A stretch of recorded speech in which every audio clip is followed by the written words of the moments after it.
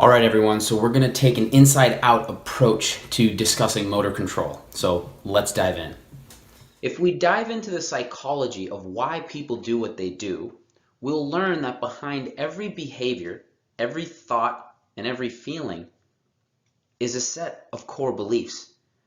And as coaches and clinicians, it's safe to say that the selection of a technique, a method, or an exercise is simply a behavior that is hopefully traced back to a set of core beliefs. Let's dissect this concept of a belief system a little bit further by talking about a concept that Simon Sinek brings up in his book, Start With Why. This concept is called the Golden Circle, and I love this concept by Simon Sinek. So Sinek talks about the Golden Circle as a way of describing or talking about our approach with others. So if we start with our why, our motivations, our beliefs, and our values, before discussing our how, our systems and the processes that we utilize to deliver our why, this is essentially the different motor control models in my eyes. And we can't talk about motor control without talking about motor learning. So that's going to be a part of our how. And then finally, our what. What exercises are we going to choose? What techniques are we going to utilize? What products are a part of our services? Are we using kettlebells or are we using dumbbells? Are we using our hands or are we using a massage gun or Graston tools?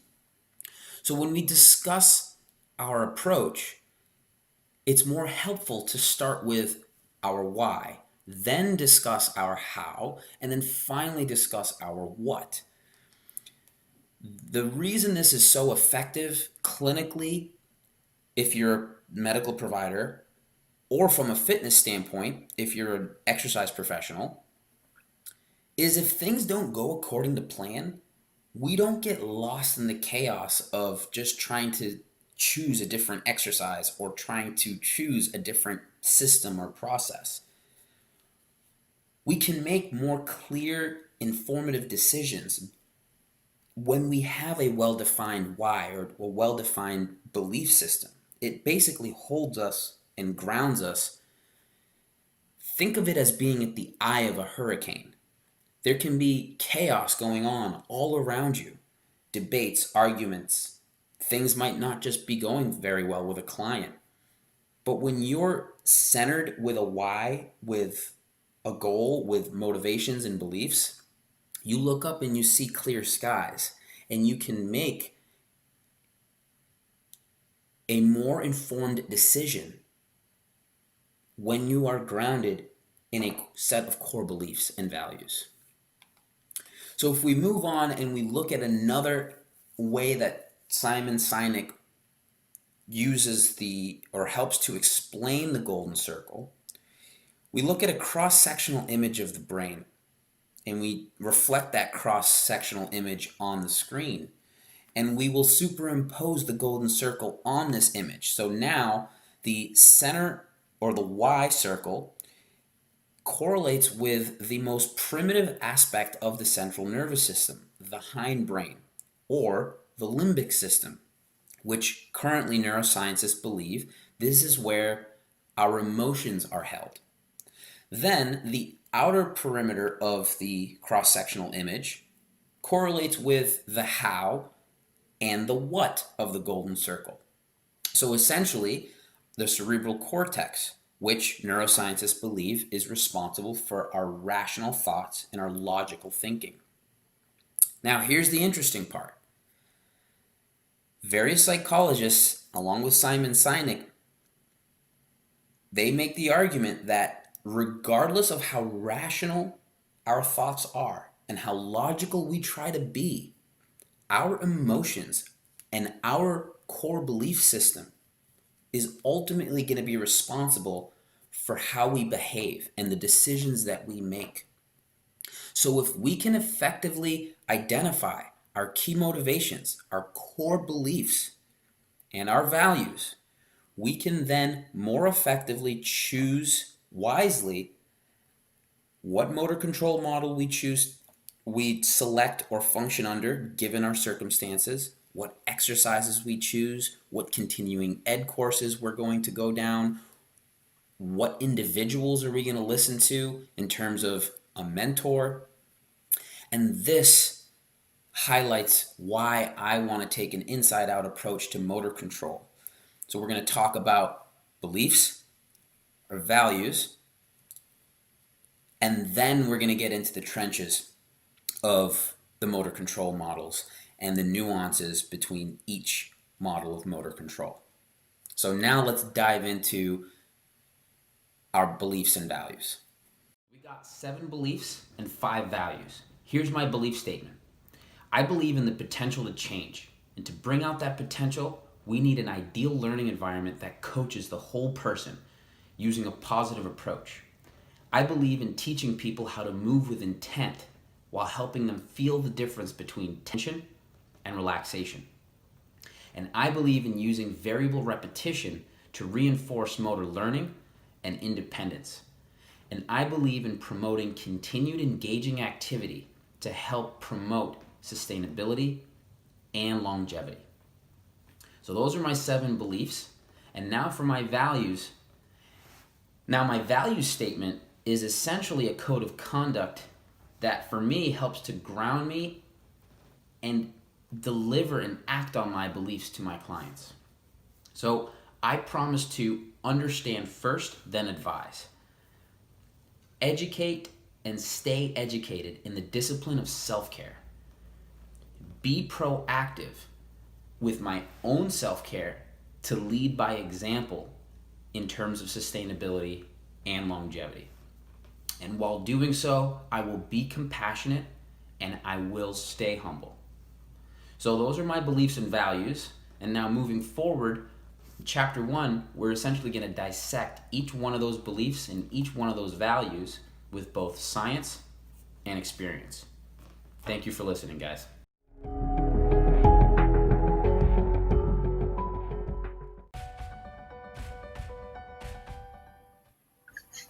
I believe in the potential to change.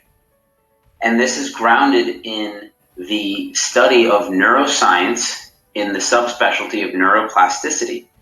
And this book, Soft Wired, written by Dr. Michael Merzenich, goes into the neuroscience of neuroplasticity and how we can utilize this information to change our lives, essentially. And I'd like to bring up a specific story in this book of a man named Earl, who had been unable to hear for the past 20 years, and he volunteered to be a part of this research study where these scientists were creating cochlear implants to help people who couldn't hear again.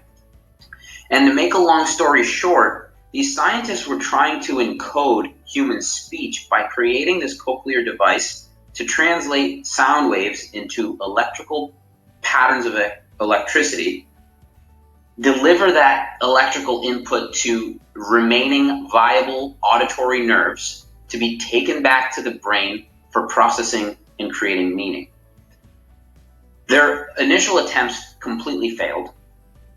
Their other volunteered subjects were telling them that all they could really hear was something that sounded like an untuned radio. That's all they could hear. So Dr. Merzenich had an idea to use this new volunteer, Earl, and simply have him read to himself out loud. And surprise to everyone in the room, Earl could actually hear after not hearing for 20 years. He could actually hear himself speak. And after some reflection and analysis, the scientists realized, well, yeah, this makes sense. Earl's brain knew the meaning of the incoming sensory information before it actually came in. So the brain was essentially able to work backwards and say, well, we know what we're trying to say, and this is the sound waves that are coming in, and this is the association that we're making. The bottom line here is they initially thought it mattered what company made the cochlear implant device, or in other words, the process in which they decoded sound waves into electrical impulses mattered. But what they found was it didn't really matter. it was really interesting that it was the training process. It was the learning environment that actually made the cochlear implant useful, not necessarily the company and the process that created the implant. So I see this as a very perfect analogy for the movement system or our movement industry, in that we have a lot of different movement systems out there that we can choose to learn from. In my opinion, it doesn't really matter, so as long as we recognize that it's all about delivering appropriate sensory information to the central nervous system and setting up an ideal learning environment so that the individual can take that sensory information and ultimately create meaning. So to give you another way to visualize this, in Earl's situation, he simply knew the meaning of his incoming sensory information. He read to himself. The brain correlated or associated meaning with input, and he was able to hear. In our industry, we set up an intent for movement. We then figure out a way or a strategy to deliver sensory information to the central nervous system so that it can ultimately decide on the appropriate movement and reaction that takes place. So with that said, the next question is, how do we tap into this potential? Neuroscience and neuroplasticity is telling us the potential is there, but how do we tap into it? How do we set up an ideal learning environment so that the client can actually take in this information and create meaningful movement from it?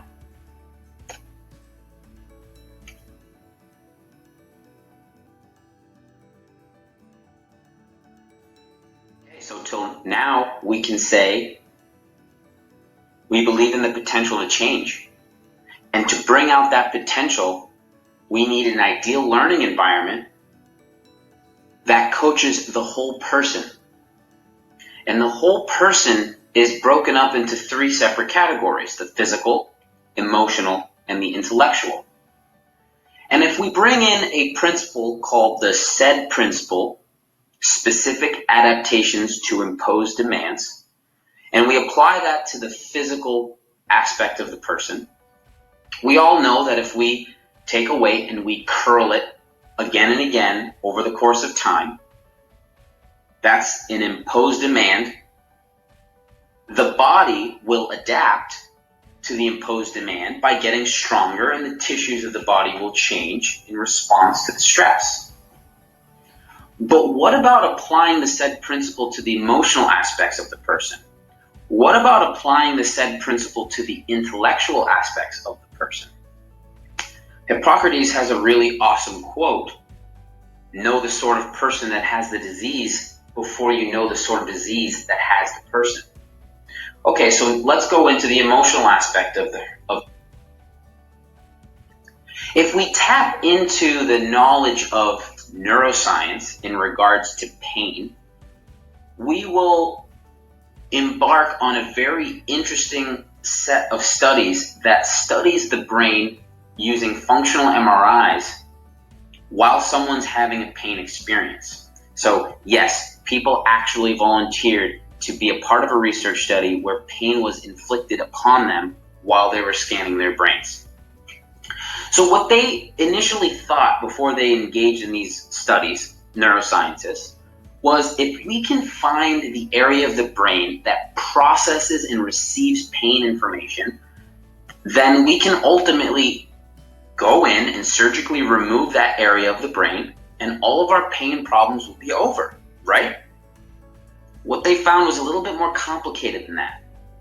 When they were inducing what they call nociception on the brain, nociception and studying the brain, they found that there was multiple areas of the brain that were lighting up while someone was having a painful experience.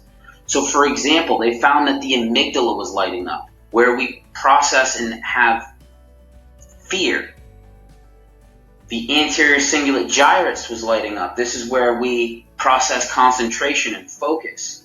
The sensory motor cortex was lighting up, where we receive information coming from the body for proprioceptive processing. The premotor cortex was lighting up, where we plan our movements before we execute them. And all of these areas were simultaneously lighting up during a painful experience. And what these scientists found out was, wow, there's all these areas lighting up, and the common denominator amongst all these areas really was the limbic system. And if you think back to the beginning of the presentation, we talked about how the limbic system is very much so where we house a lot of our emotions. Remember, it's the most primitive aspect of the central nervous system, where our instincts, our autonomics, and our threat perception is held.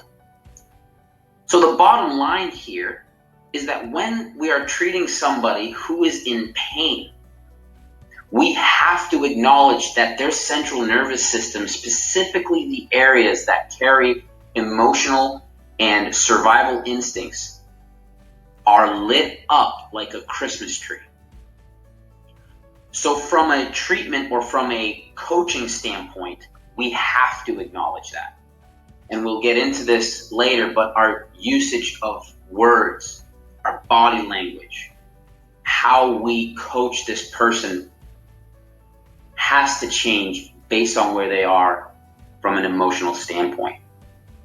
And if we go back to the whole person, physical, emotional, intellectual, we have to acknowledge the fact that when we educate the person, we have to take in consideration the intellectual aspect of the person. What do they understand? What is their experience with this industry, movement, exercise, rehabilitation? And can we use the correct language to help educate them without making them feel inferior? And also educate them while not provoking any more of a fear and emotional response than they already have given their situation.